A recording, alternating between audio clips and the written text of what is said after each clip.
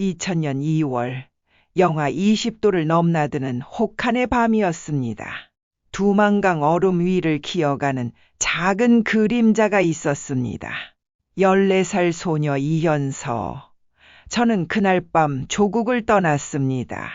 아니, 정확히 말하자면 조국이 저를 먼저 버렸습니다. 제가 8살이던 1994년 북한의 대기근이 시작되었습니다. 사람들은 그것을 고난의 행군이라 불렀지만 우리 같은 평범한 주민들에게는 그저 지옥이었습니다. 저희 가족은 함경북도 청진시에 살았습니다. 아버지는 탄광 노동자였고 어머니는 집에서 저와 남동생을 돌보셨습니다. 평범하고 가난했지만 그래도 가족이 함께였던 시절이었죠. 배급이 끊긴 것은 1995년 봄이었습니다. 현서야, 오늘은 엄마가 옥수수 죽을 끓여줄게. 어머니는 늘 밝게 웃으셨지만 그 죽 한 그릇에 들어간 옥수수 알갱이는 손가락으로 셀 수 있을 정도였습니다. 나머지는 풀뿌리와 나무 껍질이었습니다. 아버지는 매일 탄광에 나가셨지만 임금은 나오지 않았습니다. 대신 받아오시는 것은 기침과 검게 그을린 얼굴뿐이었습니다. 괜찮다, 우리 딸. 조만간 나라에서 배급을 다시 줄 거야. 하지만 아버지의 말씀처럼 되지 않았습니다. 시간이 갈수록 상황은 더 나빠졌고 우리 동네에서 굶어 죽는 사람들이 하나 둘 나타나기 시작했습니다. 10살이 되던 해 겨울 아버지가 돌아가셨습니다. 탄광에서 쓰러지신 아버지를 이웃들이 업고 왔을 때 저는 아버지가 그냥 주무시는 줄 알았습니다. 너무 말랐고 너무 가벼워 보였으니까요. 아빠, 일어나세요. 제가 오늘 도토리를 주워 왔어요. 하지만 아버지는 대답하지 않으셨습니다.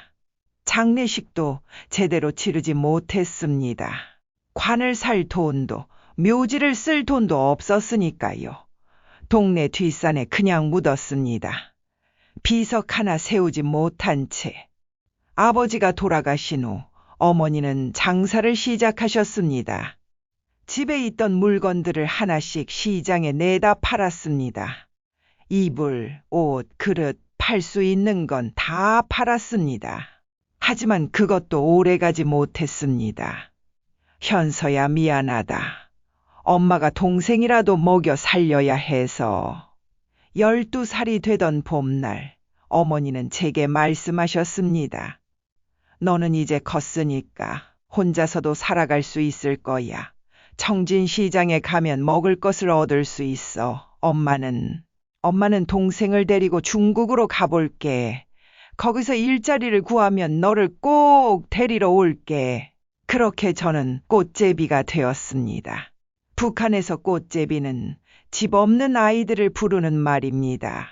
꽃씨가 바람에 날려 이리저리 떠도는 것처럼 우리도 거리를 떠돌았으니까요. 청진역 대합실이 제 첫 번째 집이었습니다. 그곳에는 저 같은 아이들이 수십 명 있었습니다.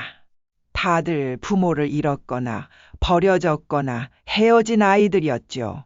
처음엔 겁이 났습니다. 밤이 되면 추위에 떨어야 했고 배가 고파 잠을 이룰 수 없었습니다. 하지만 적응이라는 게 무서운 겁니다.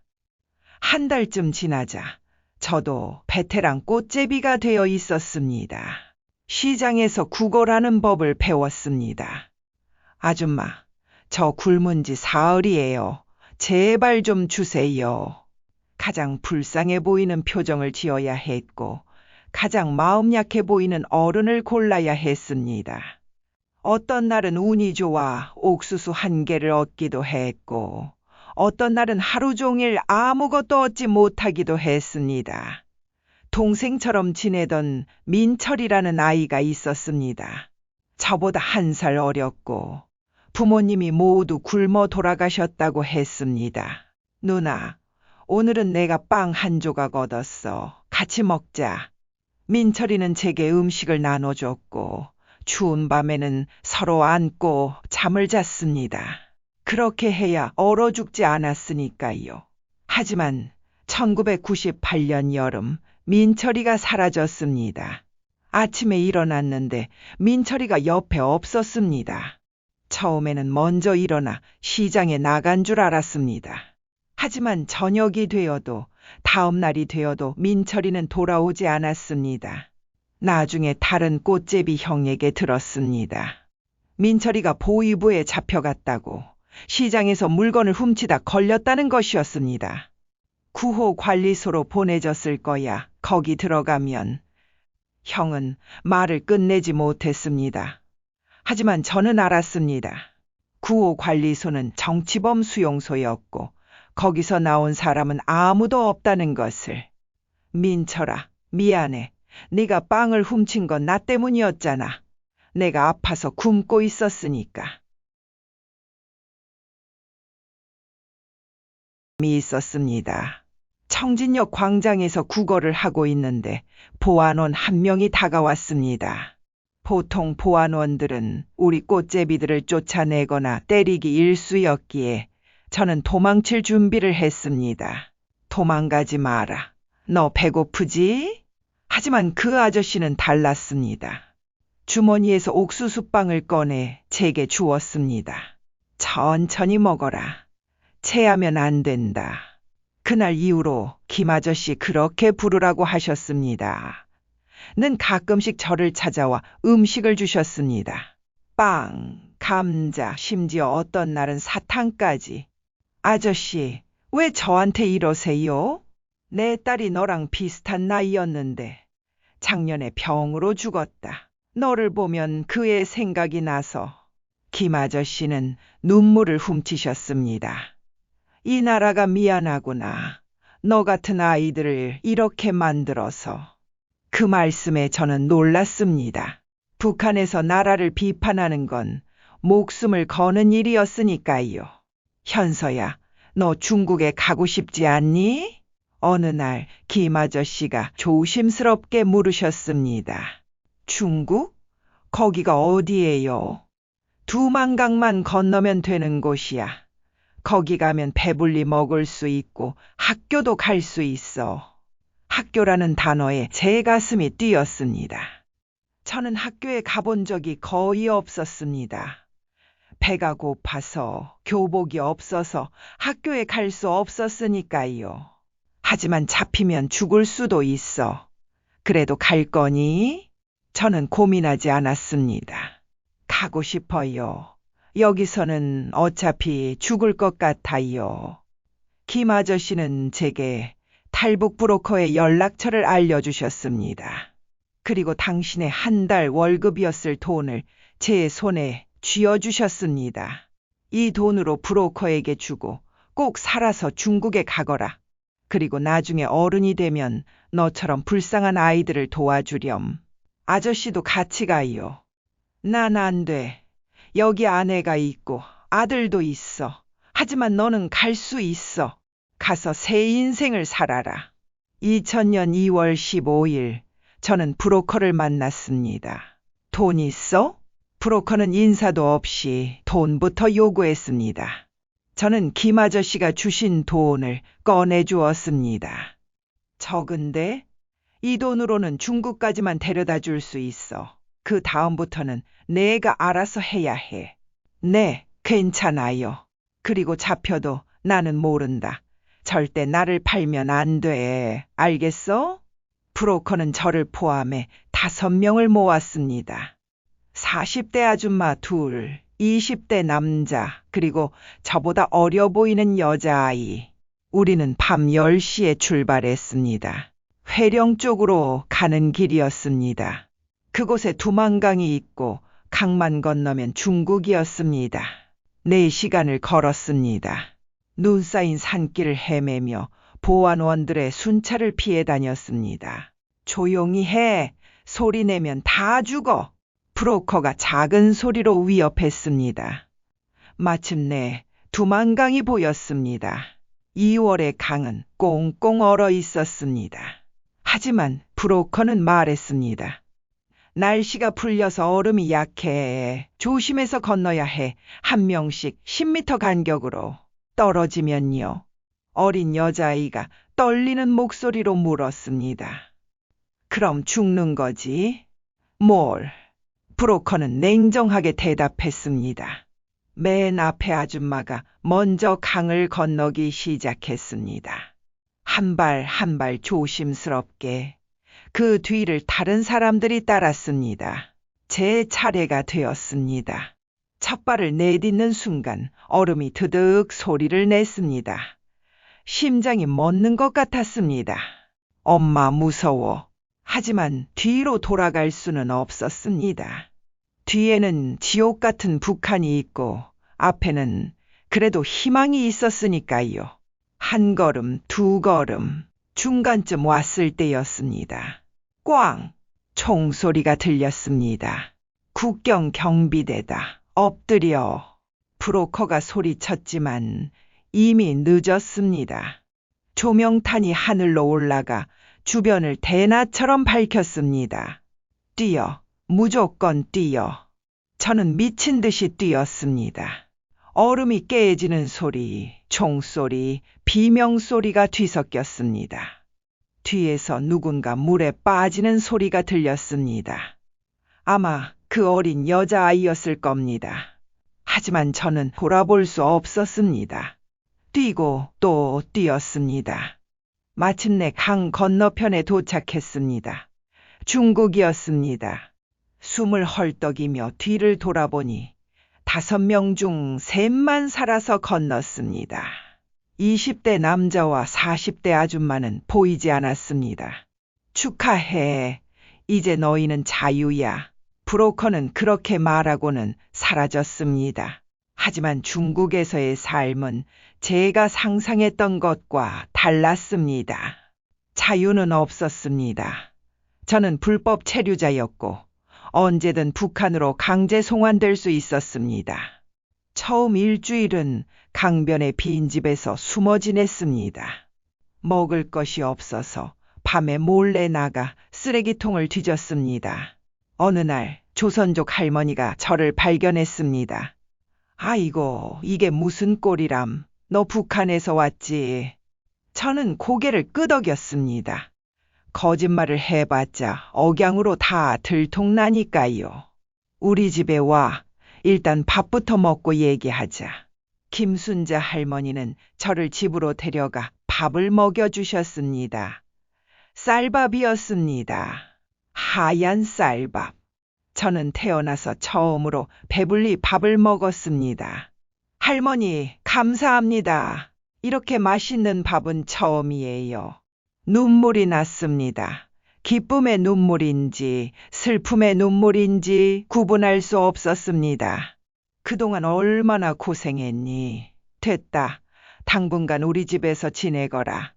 대신 집안일을 좀 도와야 해. 할머니는 혼자 사셨습니다. 자식들은 모두 도시로 나가 살고 할아버지는 몇 년 전에 돌아가셨다고 했습니다. 저는 할머니 집에서 6개월을 지냈습니다.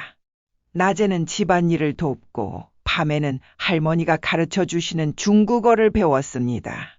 할머니는 제게 책도 읽어주셨고 중국이 어떤 나라인지도 알려주셨습니다. 현서야, 너 한국에 가고 싶지 않니? 한국이요? 응, 나만. 거기 가면 북한에서 온 사람들을 받아준다고 해. 돈도 주고 집도 주고 학교도 보내준대. 그건 꿈 같은 이야기였습니다. 하지만 한국까지 가는 길이 너무 멀고 위험해. 중국 공안들이 북한 사람들을 잡아서 북송시키거든. 할머니는 고민하다가 선교사를 소개해 주셨습니다. 한국 사람으로 탈북자들을 도와 한국으로 보내주는 일을 한다고 했습니다. 박 목사님은 40대 중반의 인자한 분이었습니다. 현서야, 한국까지 가는 길은 정말 위험해. 중국을 가로질러 라오스나 태국까지 가야 하거든. 그 길에 몇 달이 걸릴 수도 있어. 그래도 갈 거니? 네, 가고 싶어요. 알았어. 그럼 일단 돈을 모아야 해. 브로커들에게 줄 돈이 필요하거든. 박 목사님은 저를 조선족이 운영하는 음식점에 취직시켜 주셨습니다. 설거지와 청소를 하는 일이었습니다. 1년 반 동안 열심히 일했습니다. 돈을 모으고 중국어를 배우고 한국에 대해서도 공부했습니다. 마침내 2002년 1월 떠날 날이 왔습니다. 저를 포함해 10명의 탈북자들이 모였습니다.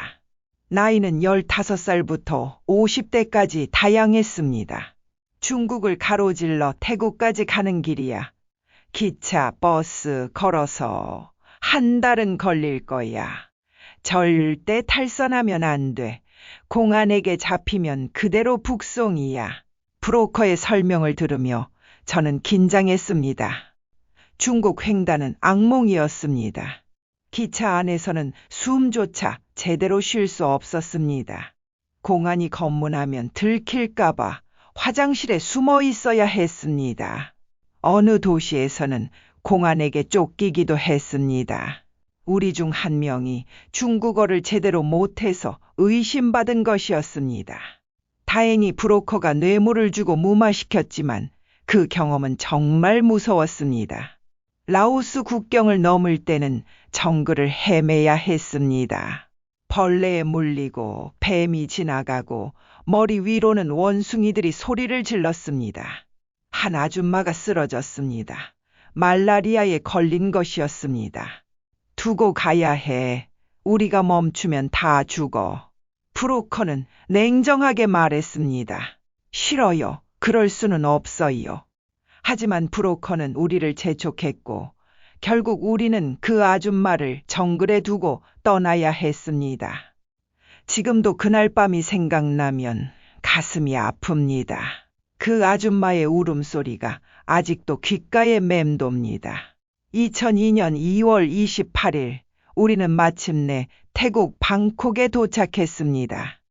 이제 한국 대사관에 가면 돼. 거기서 너희를 받아줄 거야. 브로커는 그렇게 말하고 사라졌습니다. 한국 대사관에서 사람들은 우리를 환영해 주었습니다. 고생 많았어요. 이제 안전해요. 그 말을 듣는 순간 저는 그만 울음을 터뜨리고 말았습니다. 2년간 참았던 눈물이 한꺼번에 쏟아졌습니다. 한 달 뒤 저는 대한민국 인천공항에 도착했습니다. 비행기에서 내리며 본 서울의 야경은 잊을 수 없습니다. 수많은 불빛들, 높은 빌딩들, 쌩쌩 달리는 자동차들. 여기가 정말 같은 나라 사람들이 사는 곳이라고? 하나원에서 3개월간 교육을 받았습니다. 한국어, 한국 문화, 그리고 자본주의 사회에서 살아가는 법을 배웠습니다. 가장 신기했던 건 학교였습니다. 16살이 된 저는 중학교 2학년으로 배정받았습니다. 처음으로 제대로 된 교복을 입고 교과서를 받았습니다. 야, 너 북한에서 왔다며? 진짜 신기하다. 처음에는 친구들이 신기해했습니다. 하지만 곧 저를 친구로 받아들여 줬습니다.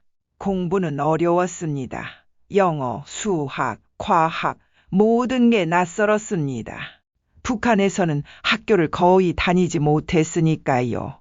하지만 저는 포기하지 않았습니다. 밤늦게까지 공부했고 선생님들께 물어봤고 친구들에게 도움을 청했습니다. 지금 저는 26살입니다. 대학을 졸업하고 NGO 단체에서 일하고 있습니다. 탈북 청소년들을 돕는 일을 하고 있죠. 가끔 제 과거가 믿기지 않습니다. 두만강 얼음 위를 기어가던 그 14살 소녀가 지금 이렇게 다른 사람들을 돕는 일을 하고 있다니. 어머니와 동생 소식은 아직도 모릅니다. 중국으로 간 후 연락이 끊겼습니다. 살아계시길, 건강하시길 매일 밤 기도합니다. 김 아저씨는 어떻게 지내실까요? 제게 탈북 기회를 준 그분. 덕분에 저는 새의 삶을 살 수 있었습니다. 언젠가 통일이 되면 꼭 다시 만나 감사하다고 말씀드리고 싶습니다. 민철이는 어디서 뭘 하고 있을까요? 구호 관리소에서 아직도 살아있을까요? 미안해, 민철아. 누나가 널 지켜주지 못해서. 이 이야기를 듣고 계신 여러분께 말씀드리고 싶습니다. 북한에는 아직도 수많은 꽃제비들이 있습니다. 추위에 떨고 배고픔에 울고 희망 없이 살아가는 아이들이 있습니다. 그들을 기억해 주세요. 그들도 우리와 같은 사람이고 같은 꿈을 꾸는 아이들입니다. 그리고 자유가 얼마나 소중한지 잊지 마세요. 저는 자유를 위해 목숨을 걸었습니다. 얼어붙은 강을 건넜고 정글을 헤맸고 수없이 죽을 뻔했습니다. 그만큼 자유는 소중한 겁니다. 저는 오늘도 살아 있습니다. 매 순간 살아있음에 감사하며 희망을 가지세요. 여러분이 당연하게 여기는 것들, 배불리 먹는 것, 따뜻한 집에서 자는 것, 이 모든 게 얼마나 큰 축복인지 기억해 주세요.